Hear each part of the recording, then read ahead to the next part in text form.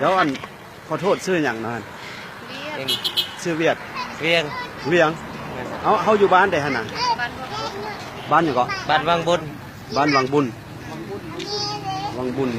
นั่นแหละวังบุญอันหม้อกับบ้านเมืองแสนนั่นเด้บ้านเมืองแสนเนาะใส่เมืองแสนนั้นขออนุญาตสัมภาษณ์นึงเพราะว่านึงเขาได้ยินเรื่องผ่านมาเจ้ามีปัญหาเรื่องสุขภาพเนาะว่าผ่านมาเจ้าเป็นหยังเอาไปโกก็ยูเวียดนะบ้านมดลูกบาทเราเชียเงินชื่อยาหมด5 ล้านไม่เช่าเลยอันเทื่อนึงบ่5 ล้านหรือว่าเท่าไหร่เทื่อนึงนี่ไปเทื่อนึง5 ล้านกีบบ่กินช่องอาทิตย์กินยาหมดแล้วเขาไปจากเทื่อไปปัว3 เทื่อไป3 เทื่อแหละ3 เทื่อไปโทษฉันเทื่อนึงหันประมาณ5 ล้านจ่ายน่ะแล้วได้1 ล้านก็ไป1 ล้านบ่2 ล้านก็ไป2 ล้านเทื่อมันบ่ใครขึ้นบ่หรือว่าจังได๋บ่เช่าห้องหมอตอนนั้นเป็นห้องหมอแขวงหรือห้องหมอเมืองแล้วห้องหมอเมืองก็เข้าห้องหมอธรรมดานี่เขาขายเป็นหานนี่ก็เข้าตัวเลิกก็เข้าเอาเป็นหมอก็จะบนใดว่ายาดีแล้วเราไปบ่จ้อยกระโตนี่เข้าไปยักกระตัวกระจ้อยบ่เลือกเหลืองอีกแล้วบัดนี้อันภายหลังที่มากินยามหัศจรรย์สมุนไพรของเฮานี่เป็นอะไรนี่บ่มีเงินก็ยุ่ยชื่อก็อายเข้าบ้านเฮามาขายยานี่เห็นฮู้เฮาว่าชื่อแม่บอกชื่อลองเบิ่ง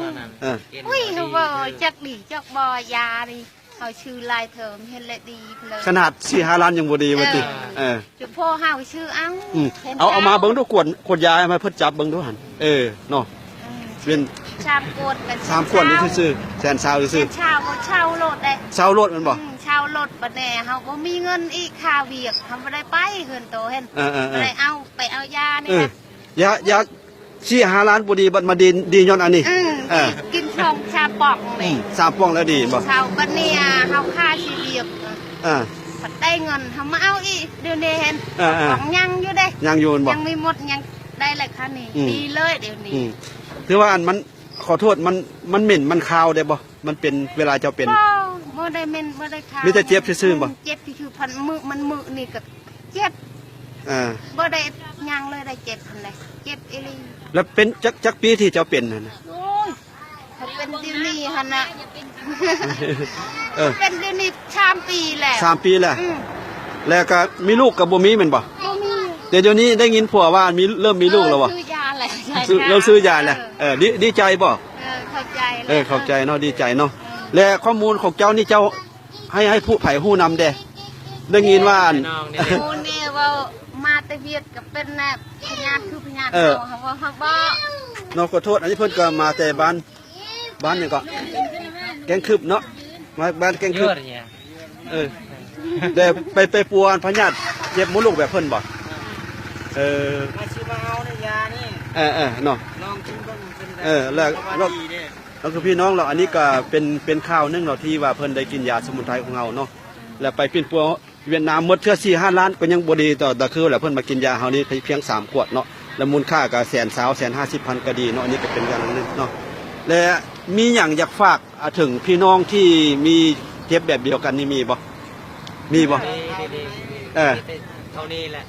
บ่อยากฝากให้ผู้อื่นตัวอย่างผู้ที่เป็นเจ็บคือเฮานี่ตัวอย่างไปให้ปัวของหมอบ่ดีแล้วกินยาบ่ดีแหละจะไปทำไปเช็บเอาไปบัตรว่าเป็นภาษาเราเถิงกันไรอยากได้บ่เป็นบัตรเบิ้ลเยาว์กับไอ้ในช่วงนั้นนะยังเอาในขณะมีมูลเป็นพญาติคือเฮานี่ก็ชื่อยานี่ดีเป็นพญาติหยังพญาติบาดมดลูกมดลูกบาดเนาะหรือว่ามดลูกอักเสบหรือว่าเจ็บมดลูกเนาะเป็นลงข่าวลงข่าวเลยเนาะเป็นลงข่าวแล้วก็หลายปีมันกินกับบาดมดลูกแฮน